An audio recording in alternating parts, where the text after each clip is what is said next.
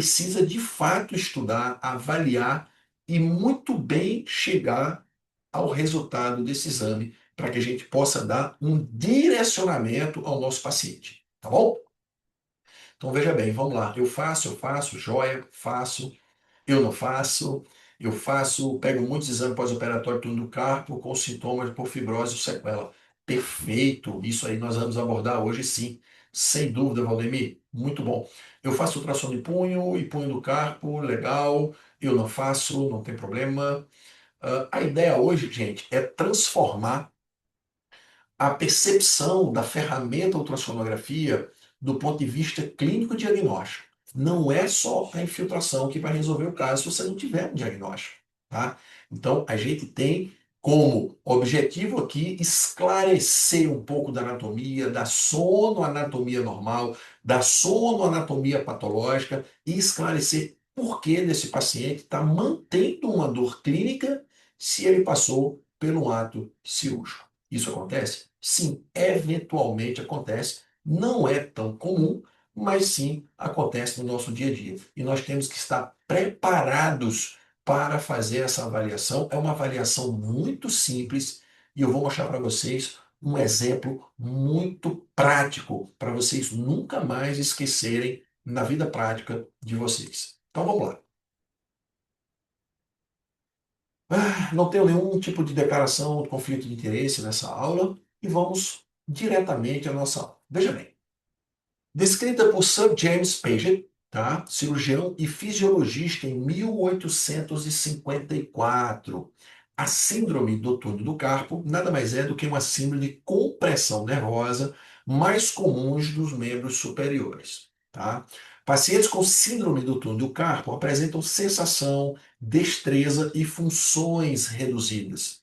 Ocorrem alterações irreversíveis, se tratando de nervo, na estrutura e função nervosa, devido que a desmielinização e dano axonal pode ocorrer em casos de longa duração. Ou seja, pacientes que têm assento do carpo e não procuram um médico de forma rápida, essa compressão neurológica pode se tornar irreversível e gerar um dano irreversível do nervo e não mais conseguimos, nem mesmo no ato cirúrgico, conseguir a redução da dor por completo, tá? Então, isso é muito importante a gente abordar aqui.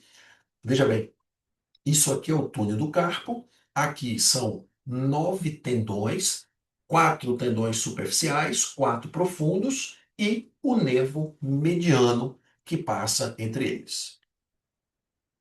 Ok, a sensação da dor da síntoma do carpo nada mais é do como se fosse agulhas espetando na região de topografia onde o nervo mediano está justamente levando a sua irradiação neurológica, que é do terço médio do quarto dedo para a face radial.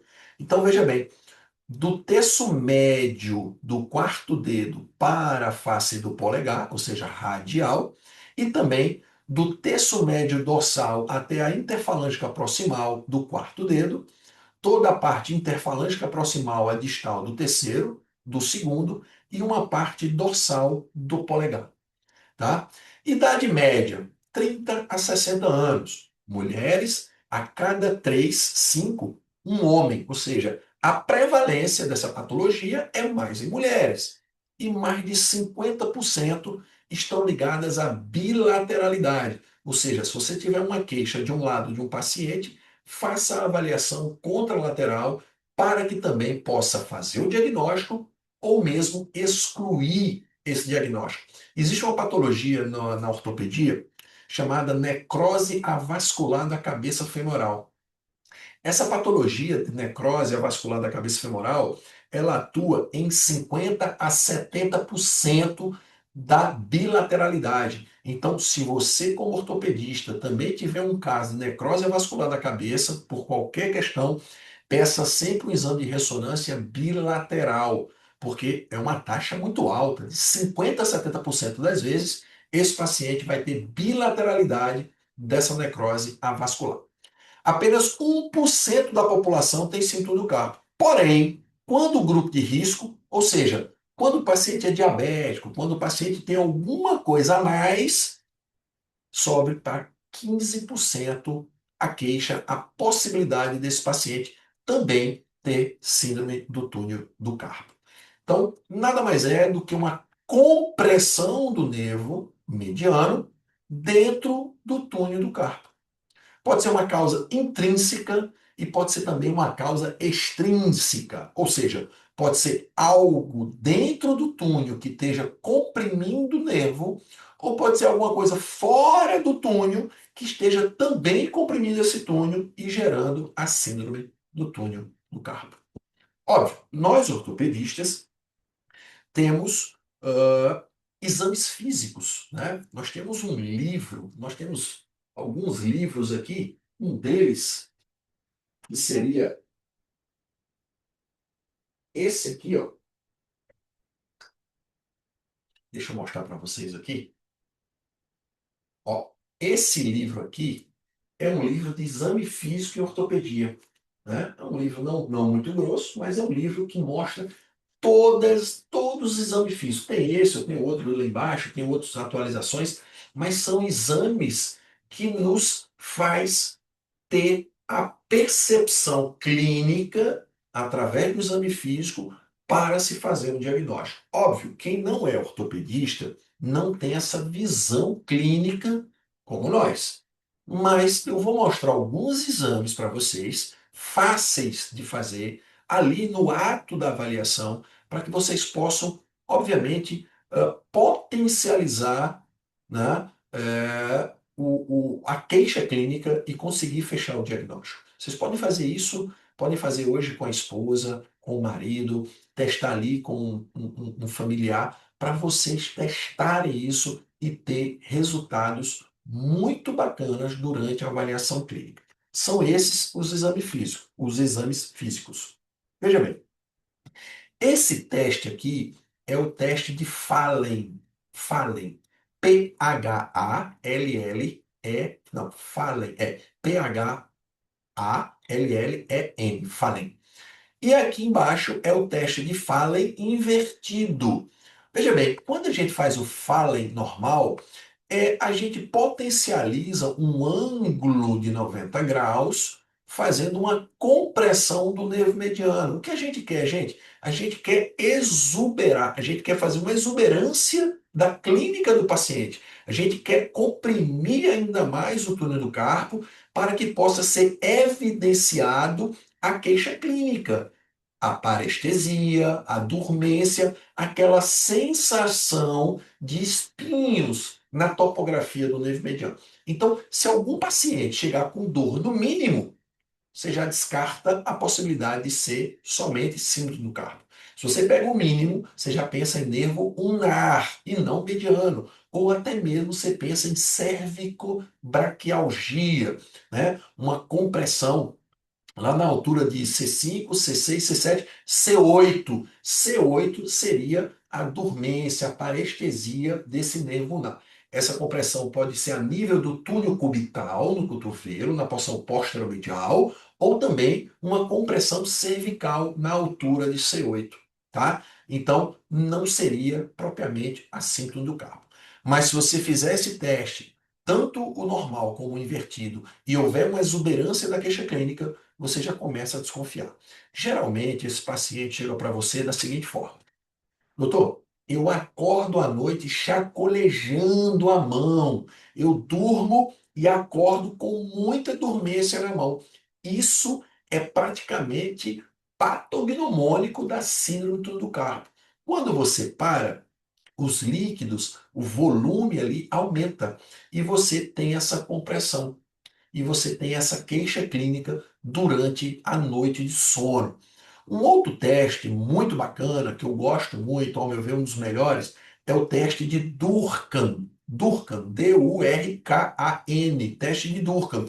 Você pega o quarto dedo, coloca em flexão, bem na região ali do túnel, ó, pega o seu dedo, comprime e faz uma flexão. Ou seja, você intensifica a possibilidade de compressão do nervo mediano do túnel do carpo, e esse teste ele é o mais específico e o mais sensível à patologia da síndrome do carpo. eu gosto muito desse teste, é um teste muito interessante durante a avaliação do túnel do carpo. Um outro teste que a gente utiliza é o teste de Tinel. Tinel, clássico Tinel, né?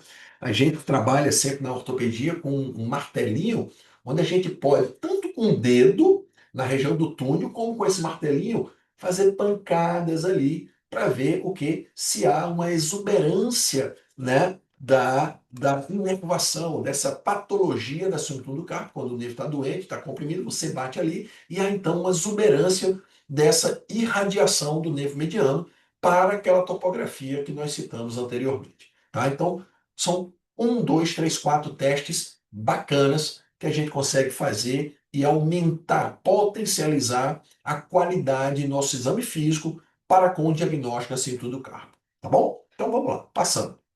Veja bem, aqui existe o que a gente chama de complicação severa. Lembra que eu falei, se o paciente não nos procurar, essa patologia pode ser irreversível? Pois é, quando você tem uma patologia irreversível, quer dizer que o nervo não tem mais função de inervar a topografia da região. E ó, se a gente compara essa região tenar a essa região tenar contralateral, a gente vê um grau de hipotrofia muscular. Essa hipotrofia muscular quer dizer para a gente que o nervo já não tem mais a sua função adequada nessa topografia. Ou seja, é uma complicação severa, é o último grau de complicação da síndrome do carpo.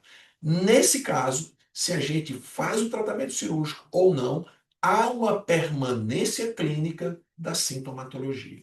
Tá bom? Então, a gente pode fazer essa avaliação comparativa com ultrassom, muito simples. A gente faz uma imagem do lado normal e do lado afetado, e a gente vê uma dismetria, a gente vê uma hipotrofia, veja, a tenar hipotrofiada com 1,08 e do outro lado 1,27. A gente vê de fato uma imagem atrófica, hipotrófica dessa região tena quando comparado bilateralmente. Então, sempre que você for fazer uma avaliação do túnel do carpo, tenta observar se há ou não uma hipotrofia de um lado da sintomatologia e comparar com o lado contralateral, para que isso fique mais atento ao teu exame durante a avaliação da ultrassonografia.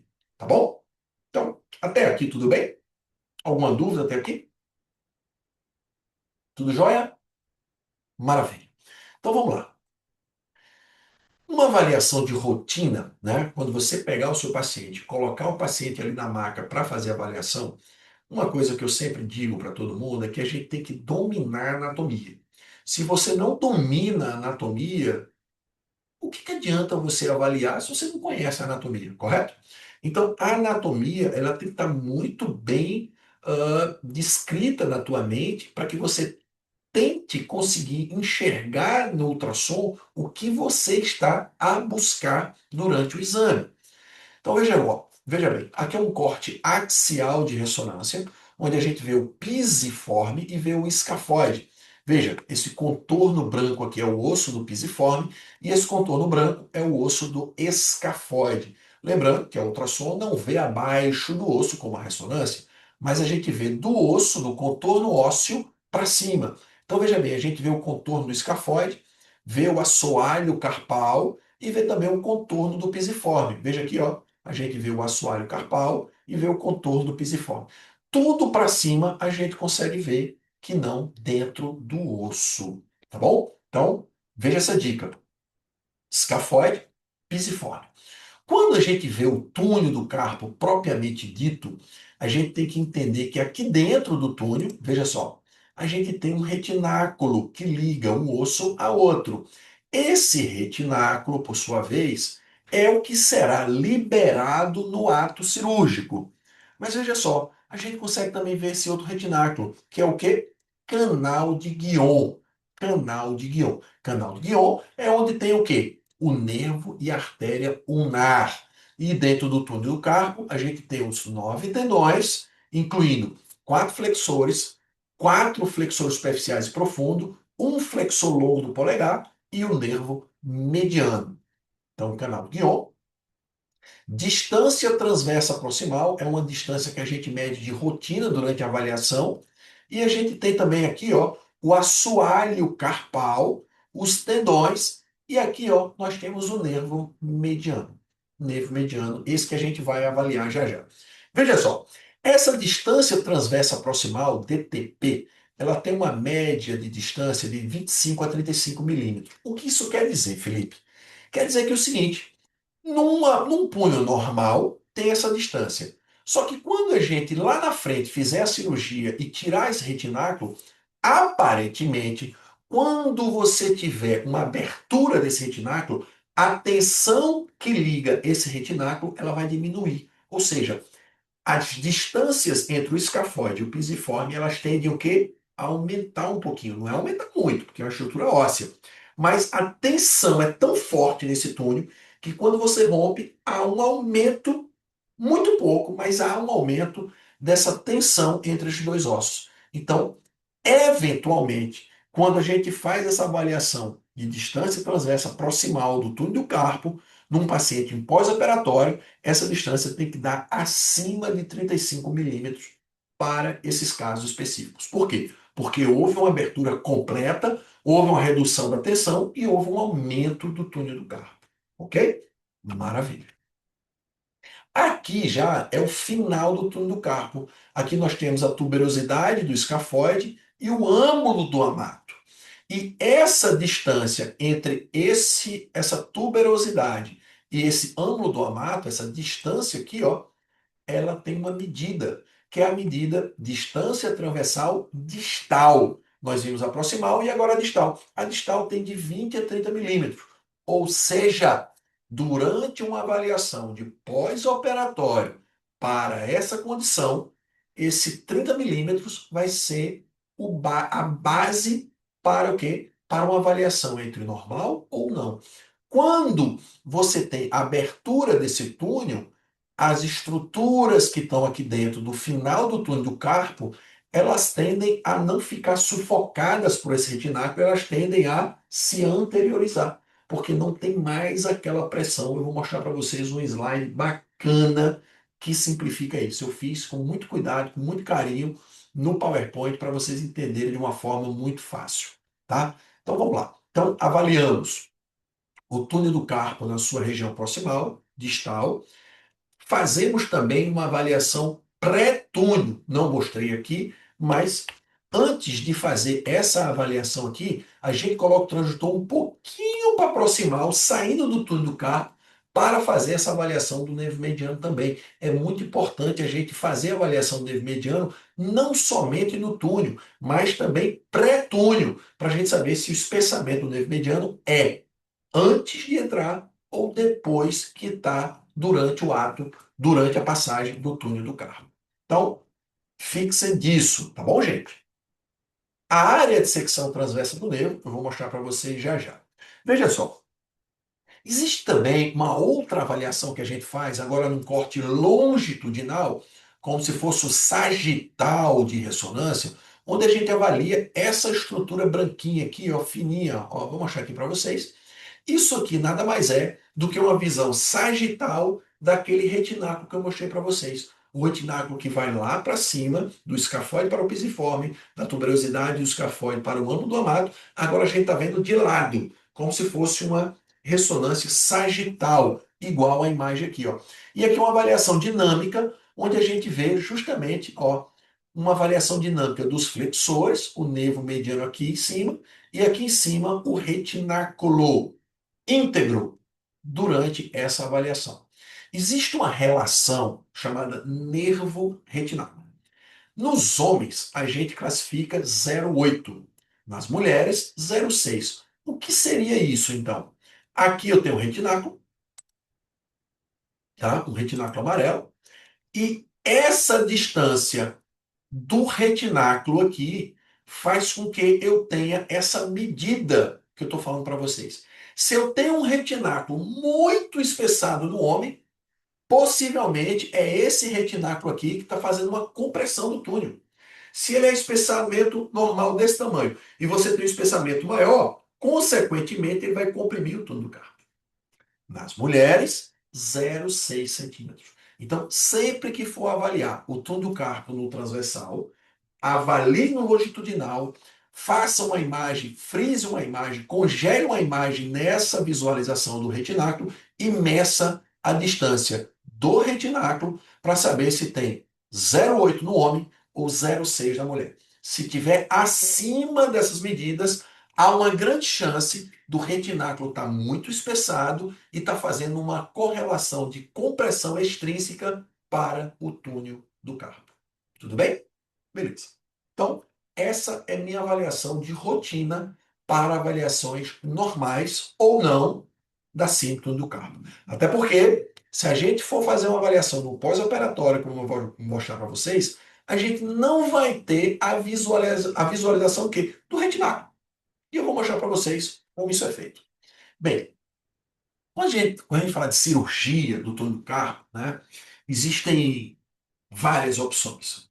Existe o tratamento cirúrgico clássico, onde a gente abre, retira todo o retináculo e deixa o retináculo livre para fazer a passagem do retináculo, para passar do conteúdo do túnel, sem essa compressão extrínseca.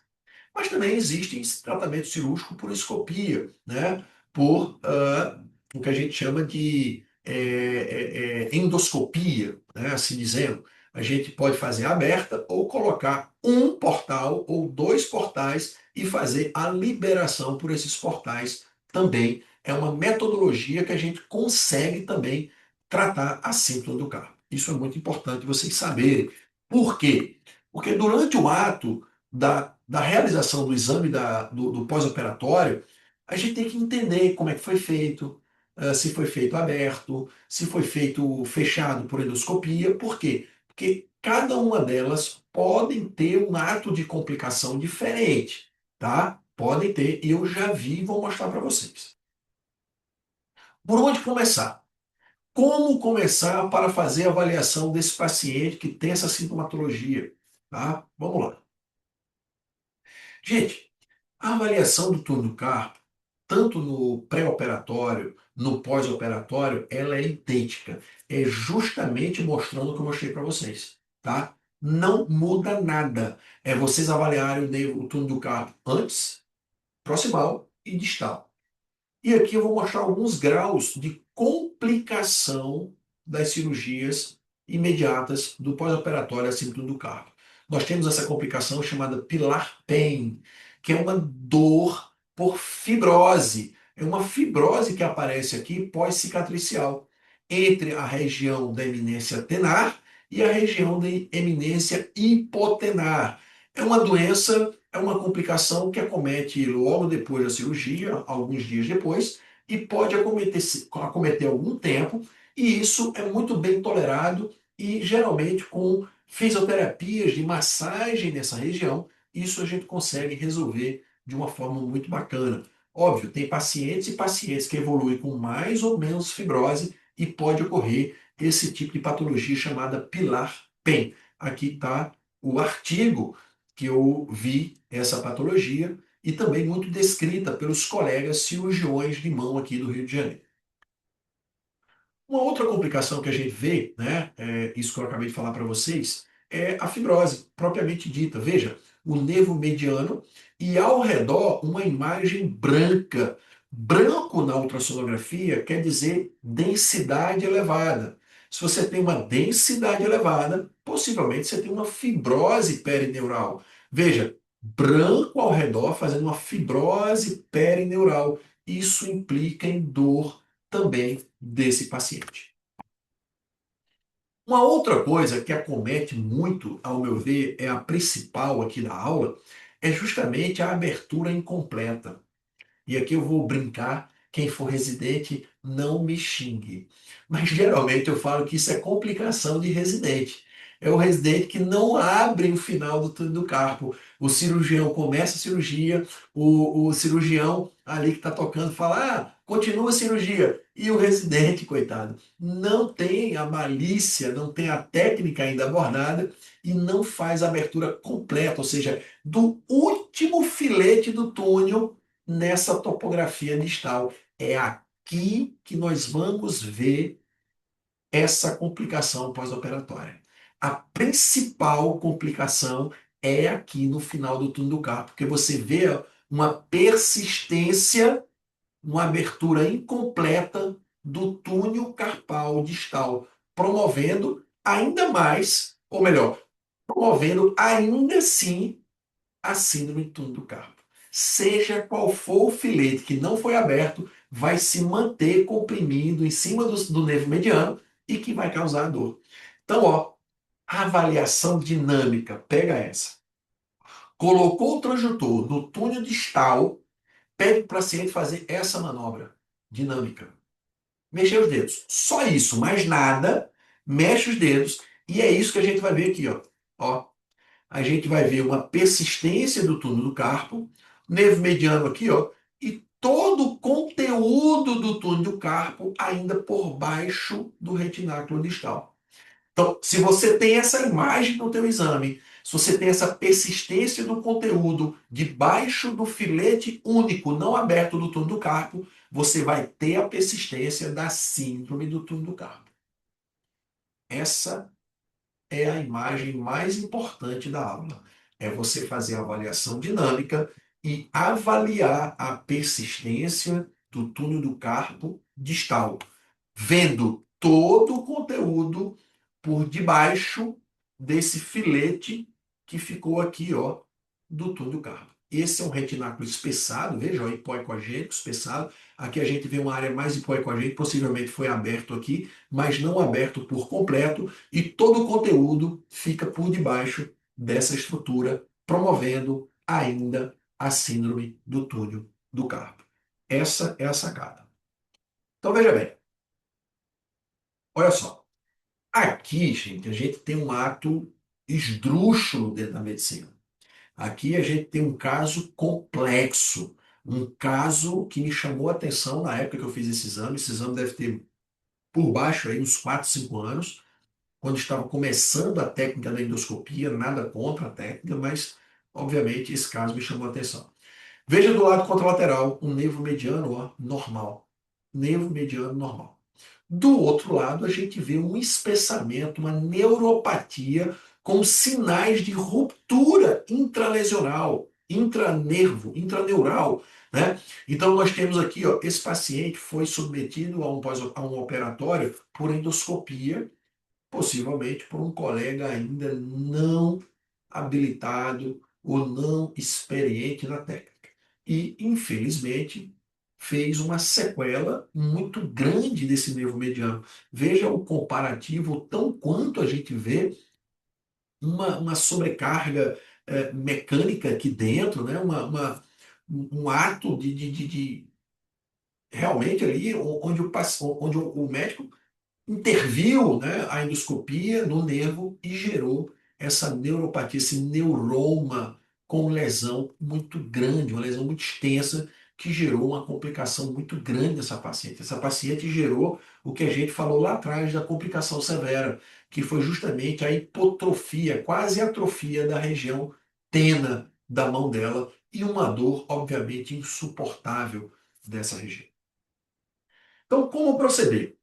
Vamos lá, fazer uma avaliação dinâmica, sempre é muito importante, ó.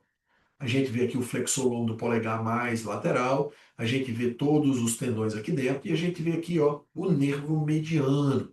Existe uma dica muito importante para quando você está fazendo essa avaliação, a gente vê aqui o escafoide, o pisiforme, a gente vê aqui o retináculo, vê o nervo mediano. Em alguns casos, o nervo mediano está um pouco escondido, ele está um pouco difícil de visualização. A dica, quando você coloca o transdutor nessa região, é pedir para o paciente fazer, ó, uma flexão do indicador. Quando o paciente faz uma flexão do indicador, o indicador está por aqui, gente. Quando você flete o indicador, ele automaticamente mexe e faz uma protusão ali, ó, faz uma. Ele fica batendo em cima do nervo mediano e o nervo mediano fica mais visível. Veja só, esse tendão é o, é o tendão de indicador. Veja que ele está mobilizando o nervo mediano e com isso facilita a visualização. Então, a partir do momento que a gente vê o nervo mediano, sabe que está mostrando tanto o pisiforme quanto o escafoide, a gente para. faz uma área de secção transversa. A área de secção transversa do nervo mediano no túnel do carpo ou fora do túnel, ele tem que estar sempre 0,09 centímetros quadrados, já que a área de secção é centímetros quadrados. Então, se a gente tem 0,9 centímetros quadrados, tem um retináculo normal, está tudo ok, não tem queixa, e mesmo que tenha queixa, às vezes essa medida pode dar 0,10, 0,11 até 0,14. Você descreve como um espessamento do nervo mediano e não afirma, todavia, que esse paciente tem uma neuropatia. Porém, se você pegar uma área de secção a partir de 0,15 centímetros quadrados em diante, você pode afirmar, pelo exame de ultrassom, independente de eletroneuro ou não, que esse paciente tem uma neuropatia do nervo mediano, suspeito de uma síndrome do túnel do carpo. Tá bom? Seja essa avaliação pré-túnel ou durante o túnel proximal. Nós não fazemos área de secção transversa no final do túnel do carpo, somente antes do túnel e durante o túnel proximal.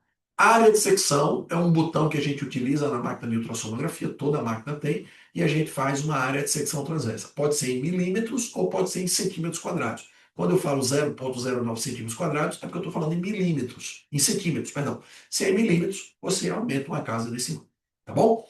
Então, aqui a gente faz a medida da distância transversal proximal, área de secção e tudo mais. Ok? Até aqui tudo bem? Joia. Agora a gente vai fazer uma avaliação distal de um paciente normal. Veja, retináculo íntegro, âmulo do amato, tuberosidade do escafoide. E todo o conteúdo aqui, ó, do túnel do carpo distal. Aqui o assoalho carpal. O que é que eu faço aqui?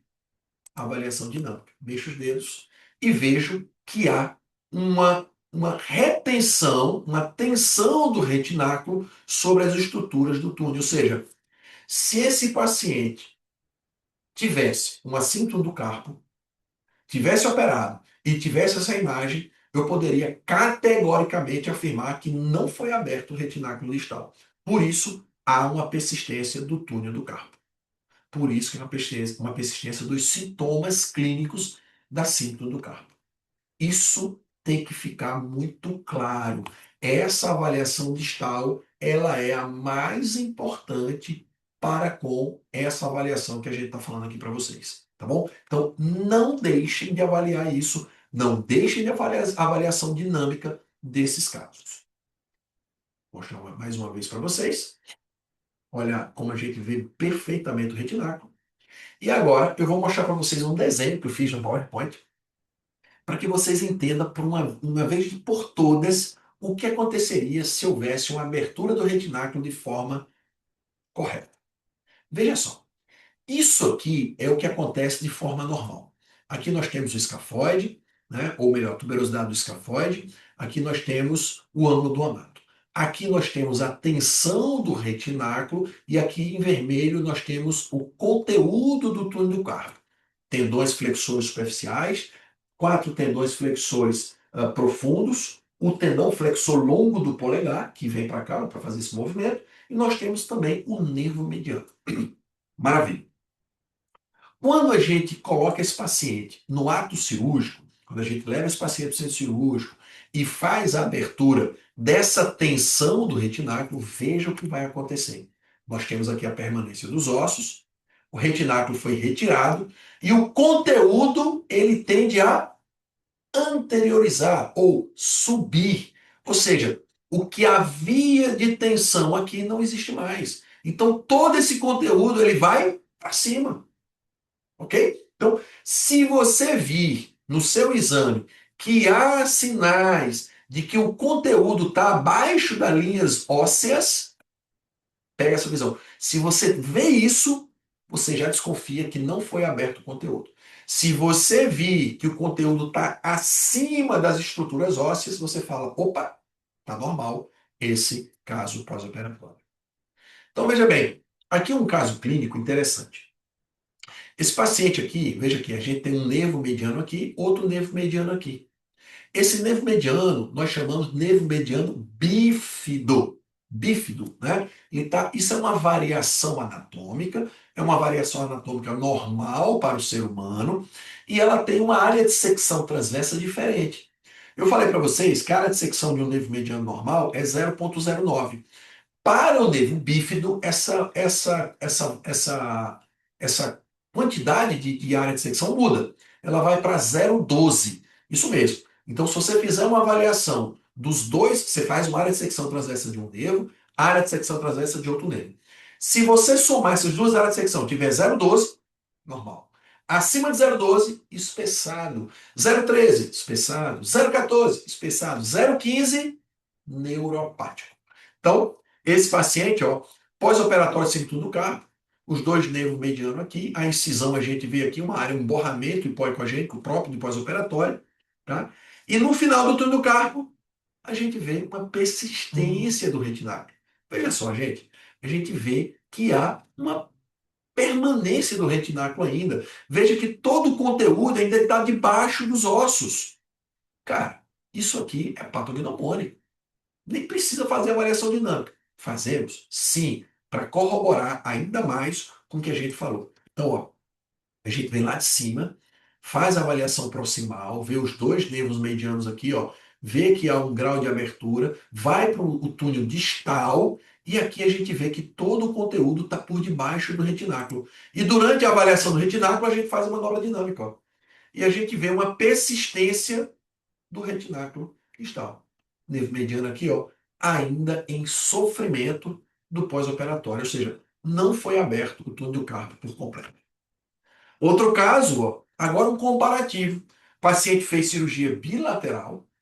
De um lado, ele permanece com o retináculo fechado, veja, um retináculo espessado, hipoecogênico, ou seja, houve um grau de incisão aqui, ó, porém não um grau de incisão completo, ou seja, não abriu os filetes mais profundos. E do outro lado, a gente traça uma linha do tubérculo do escafole até o ângulo do amato e a gente vê o conteúdo, ó, um pouquinho acima, ou seja, acima da linha óssea. Ou seja, se a gente tem um conteúdo que está proximamente, anteriormente à linha óssea, a gente tem um caso de sucesso no pós-operatório. Se a gente não tem um conteúdo ali, acima da linha óssea, a gente não tem um pós-operatório efetivo do ponto de vista de ultrassom. E por isso, esse paciente permanecia com as queixas clínicas do pós-operatório do lado direito e do lado esquerdo assintomático, ou seja, não havia nenhum grau de compressão do nervo mediano.